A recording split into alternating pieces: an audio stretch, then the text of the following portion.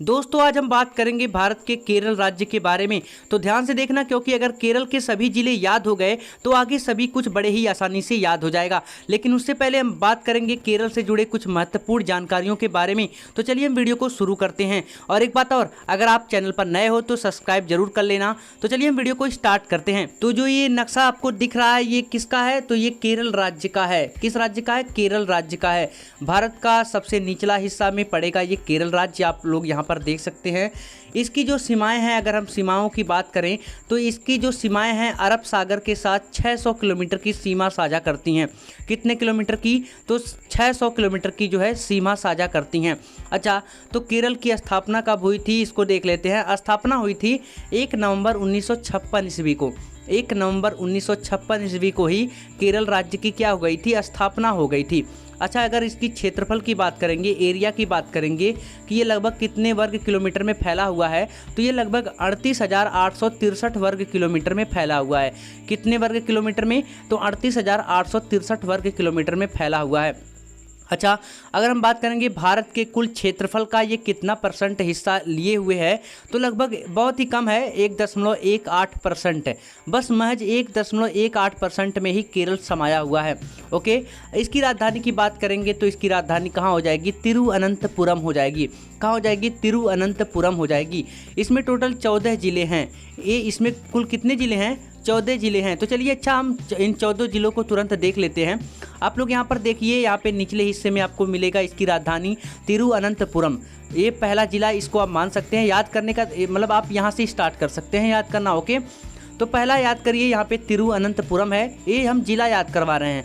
केरल में कुल कितने जिले हैं? तो टोटल 14 जिले हैं। कितने जिले हैं? 14 जिले हैं। तो इन जिलों को हम देख लेते हैं एक एक करके।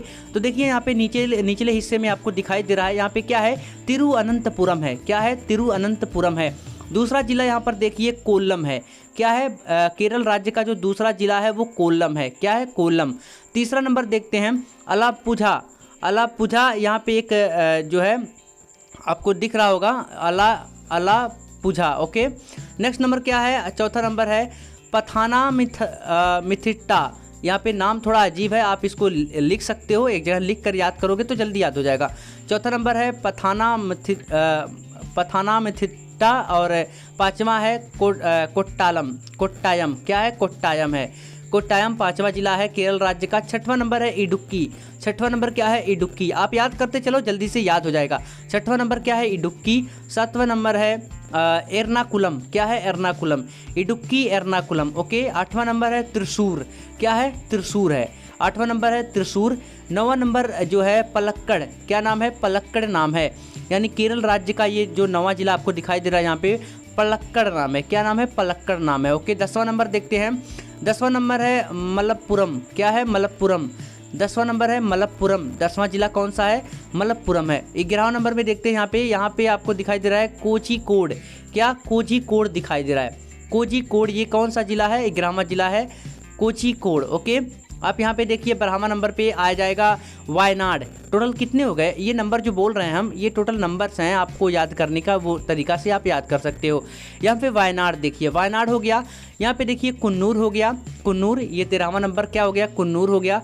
14वां नंबर यहाँ पे जिला जो है क्या हो जाएगा? कासरगोड हो जाएगा। क्या हो जाएगा? कासरगोड। यानी ये 14 जिले जो है केरल राज्य के बहुत ही ज़्यादा इंपॉर्टेंट है। अगर ये याद हो जाते हैं तो आगे की राह जो है आगे केरल को समझने का जो प्रोसेस है वो बहुत ही ज़्यादा आसान हो जाएगा। मतलब जो सिलसिला है बहुत ही ज़्यादा आसान हो जाएगा। आपको हर एक बातें बड़ी अच्छी तरीके से समझ में आएगी। अगर मान लीजिए पूरा नहीं याद होता है तब भी आप कुछ इनमें से याद कर लेंगे तो इसको समझने के लिए बहुत ही ज़्यादा उपयोगिता साबित होगी। ओके, अगला नंबर यहाँ पे देखते हैं, टोटल कितने जिले हो गए? 14 जिलों को हमने देख लिया है। ओके, अगर हम बात करेंगे केरल में कौन सी भाषा बोली जाती है, तो केरल में आप याद रखिए, नोट कर लीजिए इसको।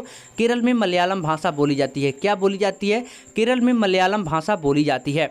ओके, लिंगानुपात की बात करेंगे, सेक्स रेशियो की बात करेंगे, यानी लिंगानुपात की बात करेंगे तो यानी कि यहाँ पे महिलाएं जो है प्रति 1000 पुरुष पर बहुत ही अधिक होती हैं। ओके, प्रति 1000 पुरुष पर बहुत ही अधिक होती हैं। ओके, यहाँ पे साक्षरता दर की बात करेंगे तो यहाँ की साक्षरता दर जो है यहाँ के पढ़े लिखे, साक्षरता दर का मतलब होता है कि यहाँ के लोग कितनी शिक्षित हैं, कितने पढ़े लिखे हैं। तो यहाँ की जो साक्षरता दर है वो कितना है, 93% है। टोटल कितना है, साक्षरता दर 93% है, जिसमें से पुरुष जो है 48.72% ही पढ़े लिखे हैं, जबकि महिलाएं सबसे अधिक पढ़ी लिखी होती हैं, यानी कि लगभग 91.28% जो है महिलाएं पढ़ी लिखी होती हैं। एवरेज निकालेंगे तो इनका जो साक्षरता दर आता है लगभग 93% का आता है, मतलब सबसे ज़्यादा महिलाएं और उसके बाद पुरुष जो है पढ़े लिखे होते हैं। ओके, यानी पूरे राज्य की ही साक्षरता दर 93% है। ओके, अगला देखते हैं गांव, इसमें कुल कितने हैं। टोटल 14 जिले हैं, तो गांव की जनसंख्या भी पूछ सकता है। तो गांव कितने हैं, तो 1364 गांव हैं, कुल मिला के 1364 गांव हैं। और शहर कितने हो जाएंगे, तो 169, मतलब 169 हो जाएगा। ओके, 169 हो जाएगा। ओके, नेक्स्ट नंबर है कि केरल का जो ये भूमि वाला उच्चावच निम्नावच है, ये सब क्या है। जैसे केरल जो है सबसे ऊंची भूमि पर, जैसे ये इस तरह से आप देख सकते हैं इसको, कुछ इस तरह का ये केरल में जो है भूमि है, कुछ इस तरह का है। ओके, इसमें भी सबसे ऊंची भूमि है, मध्य भूमि है, और यहाँ पर आप देखिए निचली भूमि है, निचली भूमि है। ओके, तो पश्चिमी घाट के ढलानों पर स्थित है, इसमें भी ये उच्च भूमि जो है पश्चिमी घाट के ढलानों पर स्थित है। इस क्षेत्र में जो सबसे ज़्यादा चीज़ें होती हैं वो क्या होता है, तो चाय सबसे अधिक होता है। ढलानों पर ही क्या होता है, चाय की पैदावार बहुत अधिक होती है। कॉफ़ी भी यहीं पर होता है। रबड़, इलायची और मसाले इसी जो उच्च भूमि वाले क्षेत्र हैं यहीं पर सबसे अधिक मात्रा में होते हैं। ये क्यों यहाँ पे उगाए जाते हैं इतने अधिक मात्रा में, क्योंकि यहाँ पर जो पानी बरसता है वो यहाँ पे रुकता नहीं, बल्कि निचले हिस्सों में चला जाता है। ओके, ऊंचाई पे नहीं रुकता है, इसलिए चाय की अच्छी पैदावार हो जाती है। कॉफ़ी की भी अच्छी पैदावार होती है, रबड़ और इलायची और मसाले की तो अच्छी पैदावार होती है। ओके, यहाँ पे अगर हम बात करेंगे मध्य भूमि के बारे में, तो मध्य भूमि में जो है काजू हो जाएगा, काजू सबसे अधिक होता है। ओके, मध्य भूमि वाले हिस्सों में खेती की बात कर रहे हैं हम, मध्य वाले भूमि में काजू सबसे अधिक होता है। फिर नारियल, सुपारी भी अधिक होता है। केला भी सबसे अधिक यहाँ पे देखने को मिलता है। चावल, अदरक, काली मिर्च, गन्ना और हरी सब्जियाँ भी यहाँ पे देखने को मिलती हैं। गन्ना और हरी सब्जियाँ भी यहाँ पे क्या बहुत ज़्यादा देखने को मिलती हैं। ओके, सबसे निचले हिस्से की बात करेंगे तो निचली भूमि में, ये जो निचला भूमि है वो समुद्र के सबसे पास वाला भूमि है। ओके, यहाँ कुल नदियाँ जो है 44 नदियाँ हैं यहाँ पे जो बहती हैं। टोटल 44 नदियाँ केरल राज्य में बहती हैं, और वो भी जिसमें से 41 नदियाँ जो है पश्चिम की ओर बहती हैं। इनमें से 41 नदियाँ पश्चिम की ओर बहती हुई कहाँ जाके गिर जाती हैं, तो ये अरब सागर में जाके गिर जाती हैं। और 3 नदियाँ जो है पूरब की ओर बहती हैं। कहाँ 3 नदियाँ पूरब की ओर बहती हैं। अच्छा, केरल जो है वहाँ पर जो इतनी हरियाली होती है, ये केरल जो है बहुत ही खूबसूरत शहर के रूप में भी जाना जाता है। यहाँ पर लोग घूमने के लिए, पर्यटक भी बहुत ज़्यादा अधिक मात्रा में जाते हैं। ओके, यहाँ पे अगर झील की बात करेंगे, यहाँ का जो वेम्बनाथ झील है, यहाँ पर आप लोकेशन में देख सकते हैं कि यहाँ का जो वेम्बनाथ झील है, वेम्बनाथ झील का जो क्षेत्रफल है वो लगभग 200 वर्ग किलोमीटर का है। कितने वर्ग किलोमीटर का, 200 वर्ग किलोमीटर का है। यह झील जो है कोची बंदरगाह के पास जो है, कोची बंदरगाह यहाँ पे है, यहाँ के पास में ही है, ये पास अरब सागर में जाके मिल जाती है। यह झील कोची बंदरगाह के पास जो है अरब सागर में मिलती है। ओके, यह झील इतनी बड़ी है, आपको बता दें कि ये झील इतनी बड़ी है कि इसमें पेरियार, मणिमाला, अच्छन कोविल और मीनाचिल, ये सारी नदियाँ जो है यहाँ पे आके मिलती हैं।